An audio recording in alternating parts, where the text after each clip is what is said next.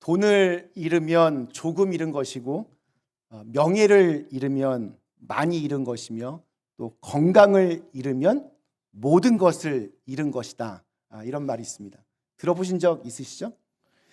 몸이 아프면 건강이 얼마나 소중하다는 것을 아주 절실하게 느낍니다. 팬데믹 시대를 살아가는 우리 모두가 이것을 지금 3년째 절감하고 있습니다. 그런데 건강을 잃으면 모든 것을 잃는다. 맞는 얘기지만 우리 예수 믿는 사람들에게는 한 차원 더 나가는 단계가 있습니다. 건강을 잃으면 이 땅에서 모든 것을 잃는 셈이지만 하나님을 잃어버리면 이 땅에서 살아가는 이 현세는 물론 영원한 내세까지 송두리째 잃어버리게 됩니다. 우리 2023년 한 해 동안 매일 매 순간마다 우리 창조주 하나님, 우리의 구원자이신 예수 그리스도를 기억하고 그분과 교제하며 그분을 본받아 사는 복된 하루하루가 되실 수 있기를 주님의 이름으로 축원합니다. 오늘은 새해 첫날이자 교회력으로는 성탄 후 첫 번째 주일입니다. 지난 주일이 어떤 날이었는지 기억하시나요? 기억은 하시네요. 네, 지난주 주일은 예수님께서 탄생하신 성탄절이었습니다. 성탄의 기쁨과 감격을 노래했습니다. 제가 어떤 설교했는지 기억나시나요? 네, 기억하지 않으셔도 예수님 정말 좋은 분이시고 나를 구원하신 분이다 라는 것만 알고 계시면 됩니다. 그러한 기쁨과 감격을 가지고 저희는 오늘 일주일이 지난 후에 새해 첫 아침을 맞이했습니다. 그래서 오늘 좀 성경 말씀은 성탄의 진한 여운과 또 희망찬 새해를 시작할 수 있는 아주 감동적인 말씀이 어울려 보입니다. 그러나 오늘 제가 읽은 말씀, 그런 좀 들뜬 분위기에 찬물을 끼얹었습니다. 성서 일과라는 것이 있습니다. 카톨릭, 성공회, 또 감리교, 장로교 같은 주요 개신교 교단들이 교회 일치 운동의 일환으로 1980년대부터 이제 3년을 주기로 해서 매일 읽어야 될 성경 본문들을 구약, 시편, 또 복음서, 바울서신 하나씩 정해주는 겁니다.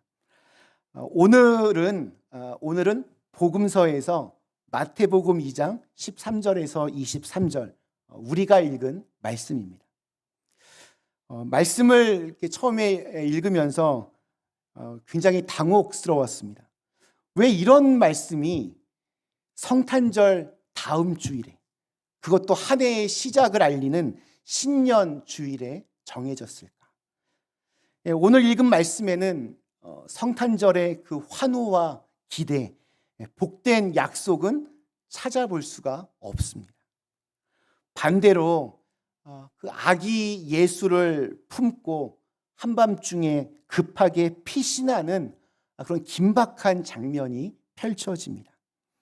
여기에는 희망찬 내일의 삶을 격려하거나 다독이는 거룩하고 세미한 음성 대신에 앞으로 다가올 위험을 경고하는 아주 긴급한 이야기, 권력가의 음모, 죄 없는 아기들의 죽음, 부모의 통곡들이 들립니다.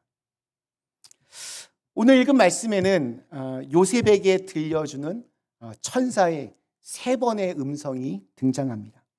그 음성을 따라서 아기 예수를 데리고 요셉과 마리아가 길을 떠납니다. 우선 13절 말씀이 이렇게 시작합니다. 그들이 떠난 후에 주의 사자가 요셉에게 현몽하여 이르되 헤롯이 아기를 찾아 죽이려 하니 일어나 아기와 그의 어머니를 데리고 애굽으로 피하여 내가 네게 이르기까지 거기 있으라 하시니. 아기 예수의 탄생을 경배했던 동방의 박사들이 돌아가자 곧바로 천사가 요셉의 꿈에 나타났다. 이것으로 이야기가 시작이 됩니다. 천사는 지금 헤롯이 아기 예수를 찾아 죽이려고 한다라는 그 계획을 알려주었고, 요셉은 즉시 가족을 데리고 베들레헴에서 애굽으로 피신을 갑니다. 안타깝게도 이들이 애굽으로 피신한 동안 베들레헴을 포함한 인근 지역에서 예수님이 태어나신 시간을 기준으로 해서 2살 밑의 아기들은 헤롯 왕의 명령으로 모두 살해당하는 아주 끔찍한 일이 벌어졌습니다. 시간이 흘러서 그 헤롯이 죽었습니다. 그러자 천사가 다시 요셉의 꿈에 나타나서 가족들을 데리고 이스라엘로 돌아가라 알려주었고, 요셉은 이스라엘로 출발합니다. 그런데 가던 길에 천사가 요셉에게 또 다시 나타납니다. 그리고는 유대 땅이 아닌 저 북쪽 갈릴리 나사렛으로 가라고 알려줍니다. 베들레헴에서 애굽으로, 애굽에서 갈릴리 나사렛으로, 이렇게 갓 태어난 아기의 가족은 살해 위협을 피해서 강제로 이렇게 여행을 떠납니다. 오늘 읽은 말씀의 내용입니다. 이 말씀 바로 앞에 방금 전까지 동방 박사들의 경배를 받으며 황금과 유황과 모략이라고 하는 귀한 선물을 받고 천사들의 합창과 찬란한 별빛이 비추는 가운데 온갖 축복과 영광 속에 있었는데, 한순간에 참혹한 시간을 맞이하게 됩니다. 전혀 예상치 못한 방향으로 아기 예수의 가족을 인도했습니다. 그리고 성경을 묵상하는 우리에게 성탄하신 예수 그리스도의 성공과 영광, 어떤 영웅담을 보여주는 대신에 쫓기며 피신하는 아기 예수 그리스도, 그리스도의 탄생 때문에 죽어간 아이들의 참혹한 이야기가 실려 있습니다. 만약에 제가 성경을 썼다면 이렇게 쓰지 않습니다. 누구라도 이렇게 쓰지 않습니다. 예수님의 탄생 직후에는 이렇게 끔찍하고 우울한 내용은 좀 숨기고 기쁘고 찬란한 이야기들만 기록할 것입니다. 그러나 그래서 성경이 진리의 책입니다. 숨기고 과장하고 이런 거 없습니다. 성경은 이런 종류의 아픔과 슬픔과 참혹함을 가감없이 들려줍니다. 그럴싸하게 좋은 것들로만 포장하지 않습니다. 그렇다면 대체 무슨 의도로 마태는 이런 어두운 인생의 단면을 우리에게 보여주는 것일까? 그것을 찾아내는 것이 우리의 과제입니다. 하나님의 아들이 이 땅에 오셨을 때 일어난 사건을 어떤 영웅의 탄생 신화로 포장하지 않고 비극의 장면을 있는 그대로 보여주었습니다. 음모와 살해 위협, 피신, 또 영아 살해 같은 명백한 비극이 가득합니다. 저는 이 오늘의 이야기를 쭉 읽어가면서 참 우리의 인생과도 비슷하구나라는 생각이 들었습니다. 찬란했던 시간이 있었지만 또 어두움의 시간이 찾아오기도 합니다. 이러한 비극 가운데에서도 중요한 것은 인간의 지혜를 뛰어넘는 하나님의 은혜가 있고 하나님의 일하심이 숨겨져 있다는 것입니다. 우리 마태복음 2장의 시작은 동방 박사들이 별을 따라오다가 예루살렘에 가서 헤롯 왕을 만난 것이었습니다. 예루살렘, 설명할 필요도 없이 이스라엘의 정치, 경제, 사회, 문화, 종교의 중심지였습니다. 대도시였고 무엇보다 하나님의 성전이 있던 도시였습니다. 멀리 동방에서 박사들이 예루살렘까지 찾아왔다는 것은 이곳이 온 세상의 중심이다라는 것을 암시하기도 합니다. 우리 헤롯 왕이 누구인가 한번 살펴볼까요? 헤롯은 사실은 유대인이 아닙니다. 이방인입니다. 그런데 타고난 정치 감각과 또 아주 강렬한 권력 욕으로 이스라엘의 왕이 되었습니다. 물론 독립국가는 아니었습니다. 로마의 아부에서 로마 황제의 환심을 사서 얻은 자리였습니다. 이스라엘 사람들에게는 정말 그들의 평생 수건 사업이었던 성전을 증축해 주겠다라고 해서 자신을 향한 반발을 막아냈습니다. 그러니까 인간적으로 보면 굉장히 영민했던 사람입니다. 그는 10명의 아내가 있었고 약 20여 명의 자녀가 있었다고 합니다. 근데 이 헤롯은 권력에 대한 욕심이 아주 굉장히 강했습니다. 의심이 많았습니다. 그래서 자기의 자리를 위협하는 사람이 있으면 가차없이 죽였습니다. 실제로 반역을 했다는 의심을 해서 아내를 죽입니다. 또 장인어른을 죽입니다. 아들 둘도 죽였습니다. 이런 그였기 때문에 베들레헴에 왕이 태어났다라고 하는 동방 박사들의 말에 꼭지가 돌아버리는 것은 너무나도 당연했습니다. 그 동네에서 태어난 아기들을 모두 죽였다는 잔인하고 엽기적인 성품이 이해가 되기도 합니다. 우리 태어난 아기들을 죽였던 사건, 우리 구약에도 있죠. 출애굽기에 나옵니다. 애굽에서 히브리 백성의 숫자가 급격히 많아지자 사악한 바로 왕이 태어나는 남자아이들을 모두 다 죽이라고 명령합니다. 이러한 배경 속에서 이스라엘을 이제 출애굽시키는 모세가 태어납니다. 그리고 구약의 모세처럼 아기 예수님도 베들레헴에서 벌어졌던 이 유아 살인의 끔찍한 현장에서 살아남습니다. 애굽으로 들어가는 여정도 굉장히 재밌습니다. 예수님의 육신의 아버지는 누구일까요? 우리 요셉이는 지금 성역 공부하고 있는데 요셉입니다. 요셉. 육신의 아버지는 요셉입니다. 구약에도 요셉이 있습니다. 형들의 시기와 질투로 노예의 신분으로 애굽으로 들어갑니다. 구약에 나오는 요셉, 별명이 있습니다. 꿈의 사람 요셉. 그는 꿈을 많이 꿨습니다. 그가 꿨던 꿈이 결국 그를 애굽으로 인도했고 또 나중에 애굽에서 총리가 되고 온 가족을 애굽으로 데리고 오게 되었습니다. 그리고 거기에서 일개 대가족에 불과했던 그 가정이 이스라엘이라고 하는 민족의 개념으로 성장하게 되었습니다. 신약의 요셉도 꿈을 계속 꿉니다. 꿈을 꾸고 천사의 음성을 듣고 자신의 가족을 애굽으로 데리고 왔습니다. 물론 거기에서의 생활은 구약의 요셉처럼 오래 걸리지 않았습니다. 헤롯이 죽었습니다. 헤롯이 죽자 천사가 다시 요셉의 꿈에 나타납니다. 우리 19절과 20절의 말씀이 이렇게 증언합니다. 헤롯이 죽은 후에 주의 사자가 애굽에서 요셉에게 현몽하여 이르되 일어나 아기와 그의 어머니를 데리고 이스라엘 땅으로 가라. 아기의 목숨을 찾던 자들이 죽었느니라. 헤롯이 죽었습니다. 자신의 자리를 지키기 위해서라면 가족까지, 아내, 아들, 장인까지 죽였던 잔인하고 욕심 많던 헤롯은 허망하게도 얼마 가지 않아서 죽었습니다.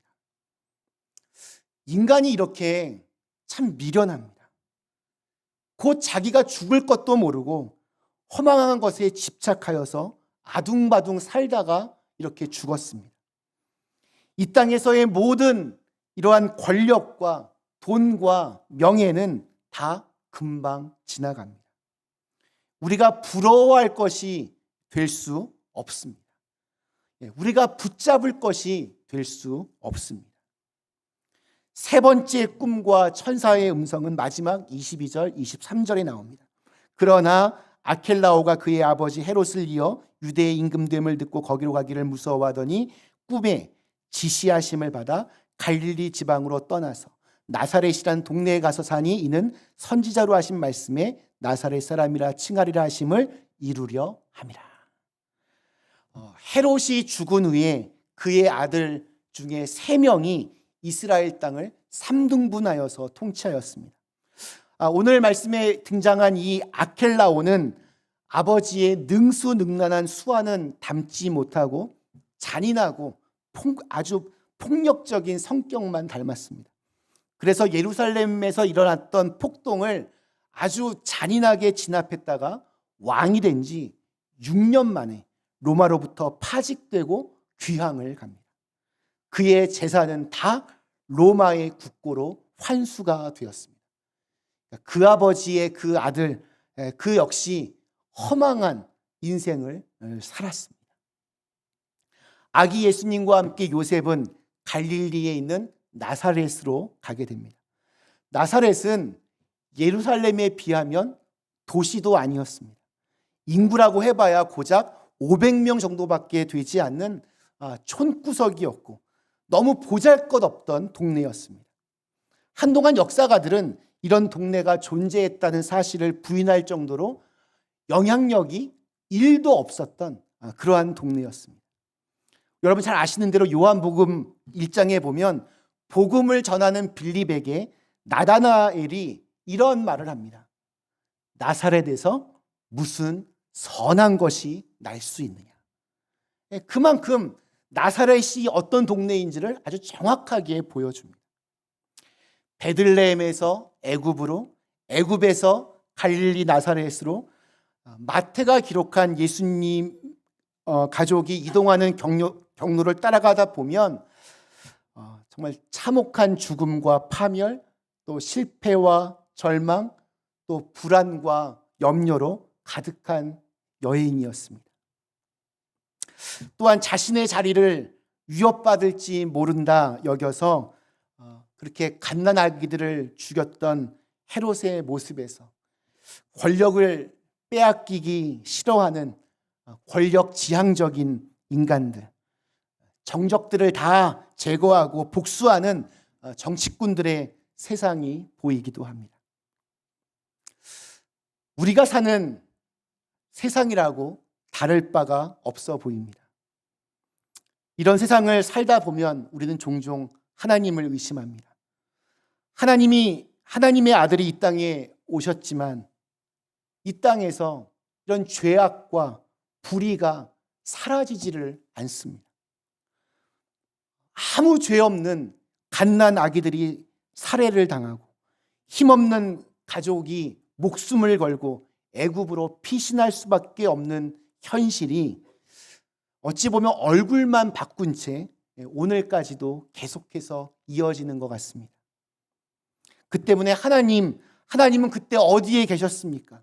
왜 이러한 잔혹한 악을 허락하십니까? 왜 하나님의 자녀에게 이런 일이 일어나도 참고 계십니까? 탄식하고 절망하기도 합니다. 저 역시 우리 가운데 일어나는 이런 부조리와 악의 현실을 속 시원하게 설명할 수 없습니다. 지금 여기에 있는 우리 모두가 그 답을 여기서는 알 수 없습니다.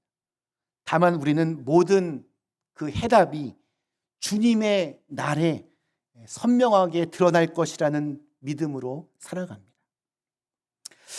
그러나 오늘 말씀 이렇게 자세히 읽어보면 이런 비극적인 사건의 답답함에도 불구하고 분명해지는 것이 있습니다.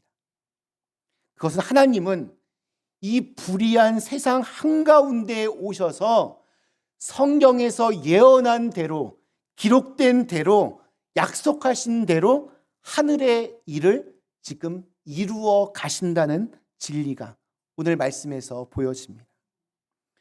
힘없는 사람들의 현실은 예수님의 가족처럼 정치꾼들의 정책이나 폭압 또는 자연재해나 병과 가난 때문에 이리저리 휘둘릴 수밖에 없습니다. 오늘까지 살던 터전을 하루아침에 도망가듯 털어버리고 나가야 하는 때도 생깁니다. 이렇듯 힘없는 이들의 인생은 한치의 앞을 예상하기 힘듭니다.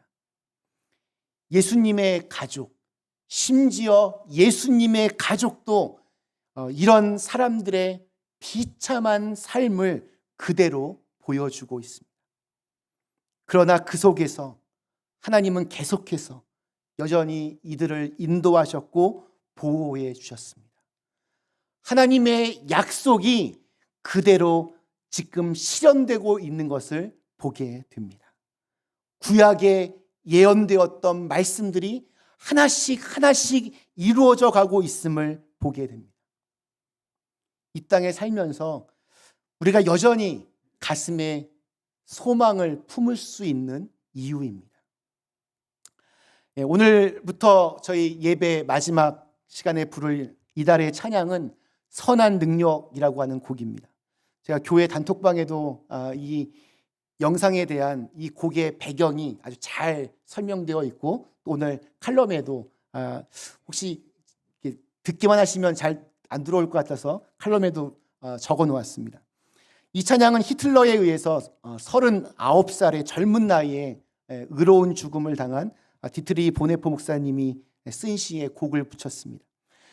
1945년 봄 자신의 죽음을 예감한 보네포 목사님은 가족과 또 약혼녀에게 소망과 영혼에 대한 그러한 염원을 한 편의 시에 담아서 편지로 보냅니다. 곧 죽게 될 것 같지만 선한 하나님께서 주시는 능력으로 두려움을 이기고 마음의 평정을 유지하고 있다라고 고백하고 있습니다. 그 시를 저희 찬양은 약간 이제 한국말로 이렇게 번역이 된 거지만 독일어로 가장 이렇게 직역한 것은 내용이 이렇습니다. 선한 능력에 언제나 고요하게 둘러싸여서 보호받고 위로받는 이 놀라움 속에 여러분과 함께 오늘을 살기 원하고, 그리고 여러분과 함께 새로운 한 해를 맞이하고 싶습니다. 선한 능력에 우리는 너무 잘 보호받고 있으며 믿음으로 일어날 일들을 기대하고 있습니다. 하나님께서는 밤이나 아침이나 우리 곁에 계십니다. 또한 매일의 새로운 날에 함께 하십니다. 옛것이 여전히 우리의 마음을 괴롭게 하고 어두운 날들의 무거운 짐은 여전히 우리를 짓누르지만, 오 주님, 내몰려버린 우리의 영혼에게 당신께서 준비해 놓으신 구원을 주십시오. 선한 능력에 우리는 너무 잘 보호받고 있으며 믿음으로 일어날 일들을 기대하고 있습니다. 하나님께서는 밤이나 아침이나 우리 곁에 오십니다. 또한 매일의 새로운 날에 함께 하십니다. 당신께서 우리의 어두움 속으로 가져가신 그 초들이 오늘 밝고 따뜻하게 타오르게 해 주십시오. 우리가 다시 하나 되게 하여 주십시오. 우리는 압니다. 당신의 빛이 밤을 비추고 있음을. 선한 능력에 우리는 너무 잘 보호받고 있으며 믿음으로 일어날 일들을 기대하고 있습니다. 하나님께서는 밤이나 아침이나 우리 곁에 계십니다. 또한 매일의 새로운 날에 함께 하십니다. 말씀 마치겠습니다. 우리 사랑하는 그린빌 가족 여러분, 2023년이 시작되었습니다. 우리가 예수를 믿는다고 하는데 헤롯처럼 살기 위해서 허망하게 금방 사그라들 세상적인 성공과 출세를 위해서 우리가 살아간다면 예수님 너무나 가슴 아플 것 같습니다. 우리가 사는 삶의 자리가 빈곤하고 또 때로는 슬픔의 눈물이 넘쳐나더라도 우리를 포기하지 않으시는 하나님의 은혜와 사랑을 여러분 믿으실 수 있기를 축원합니다. 주님은 포악하고 불의한 세상, 염려로 가득한 삶의 한복판에서도 우리를 향한 사랑의 돌봄을 그치지 않을 것입니다. 왜냐하면 그것이 하나님의 약속이며 당신의 자녀를 향한 신실한 하나님의 은혜이기 때문입니다. 올 한 해 동안 하나님의 그 선하신 힘과 능력이 저와 여러분의 삶을 감싸주시고 보호해 주시고 위로하시고 또 회복해 주시기를 주님의 이름으로 간절히 축원합니다.